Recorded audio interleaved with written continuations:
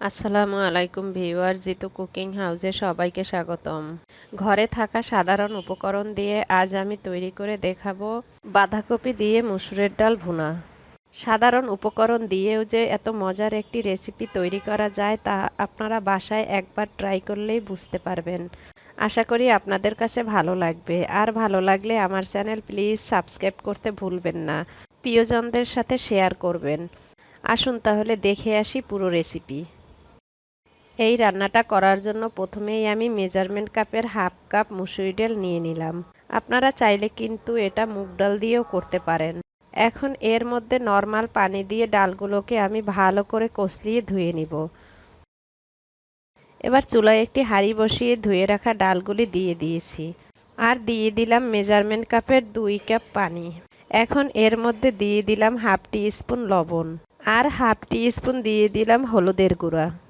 এবার একটু নাড়া দিয়ে আমি ডালটাকে সেদ্ধ করে নিব। ডালটা সেদ্ধ হতে হতে আমি অন্যদিকে চুলায় একটি হাঁড়ি গরম করে দিয়ে দিলাম 1.5 স্পুন রান্নার তেল। তেলটা একটু গরম হয়ে গেলে দিয়ে দিলাম 2 টুকরা দারচিনি, 3টি লং, আর 2-3টি সাদা এলাচ দিয়ে একটু সময় ভেজে নিব। ভাজা হয়ে গেলে দিয়ে দিব 1 স্পুন জিরা, আর 3-4টি দিয়ে দিব শুকনো মরিচ।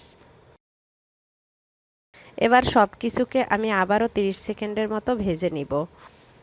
এবার দিয়ে দিব 2টি টমেটো কুচি। এখানে আমি বড় সাইজের 2টি টমেটো কুচি করে নিয়েছি। একটু নেড়েচেড়ে মিশিয়ে দিয়ে দিব হাফ টি স্পুন লবণ, আর দিয়ে দিব হাফ টি স্পুন হলুদ গুঁড়া দিয়ে আবারও একটু নেড়েচেড়ে তারপর ঢেকে দিব যতক্ষণ না টমেটোটা সেদ্ধ হয়ে যায়।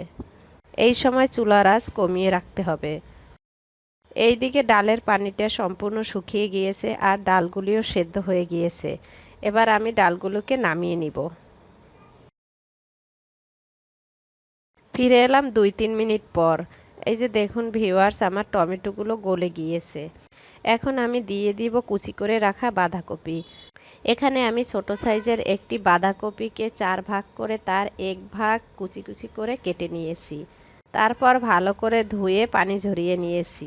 এখন ভালো করে নেড়েচেড়ে মশলার সাথে বাঁধাকপিগুলোকে মিশিয়ে নিব। মিশানো হয়ে গেলে ঢেকে দিব 2-3 মিনিটের জন্য। ফিরে এলাম 3 মিনিট পর। এই যে দেখুন ভিউয়ার্স, বাঁধাকপি থেকে পানি বের হয়ে বাঁধাকপিটা সেদ্ধ হয়ে গিয়েছে। এই পর্যায়ে এখন আমি দিয়ে দিব সেদ্ধ করে রাখা ডাল। এবার সব কিছুকে ভালো করে নেড়েচেড়ে আমি আরও 2-3 মিনিট কষিয়ে নিব। আমরা সব সময় বাসায় বাঁধাকপি ভাজি খেয়ে থাকি। এভাবে করে ডাল দিয়ে বাঁধাকপি রান্না করে দেখতে পারেন। আশা করি আপনাদের কাছে ভালো লাগবে। আমার বাঁধাকপি আর ডাল কষানো হয়ে গেছে। এ পর্যায়ে দিয়ে দিলাম মেজারমেন্ট কাপের 2.5 কাপ পানি। এ পর্যায়ে পানির সাথে নেড়েচেড়ে সব উপকরণ ভালো করে মিশিয়ে দিতে হবে। দিয়ে দিলাম পরিমাণ মতো লবণ। লবণটা একটু বুঝে দিতে হবে, কারণ ডাল সেদ্ধ করার সময় কিন্তু আমি লবণ দিয়েছিলাম। আর দিয়ে দিলাম 4-5টি কাঁচামরিচ। কাঁচামরিচগুলোকে এভাবে করে আমি ভেঙে দিয়ে দিলাম। এবার ঢেকে রান্না করব 3 থেকে 4 মিনিট। এই সময় চুলার আঁচ মিডিয়াম করে দিতে হবে। ফিরে এলাম 4 মিনিট পর। এই যে দেখুন ভিউয়ার্স, আমার ডাল আর পাতাকপি রান্না প্রায় শেষ। এবার ডালটাকে নামিয়ে ওই কড়াইতেই আমি ফোড়ন দিয়ে নিব। ফোড়নের জন্য দিয়ে দিলাম 2 স্পুন রান্নার তেল। তেলটা একটু গরম হয়ে গেলে দিয়ে দিলাম মিডিয়াম সাইজের 2টি রসুন কুচি, আর দিয়ে দিলাম হাফ কাপ পেঁয়াজ কুচি। এবার রসুন আর পেঁয়াজগুলোকে আমি বাদামি করে ভেজে নিব।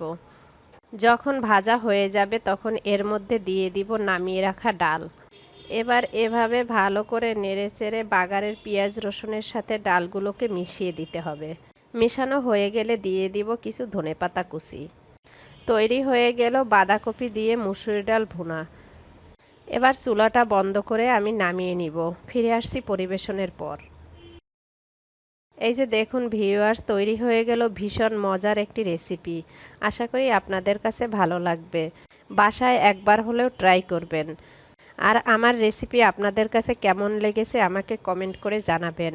আমার জন্য দোয়া করবেন। আসসালামু আলাইকুম।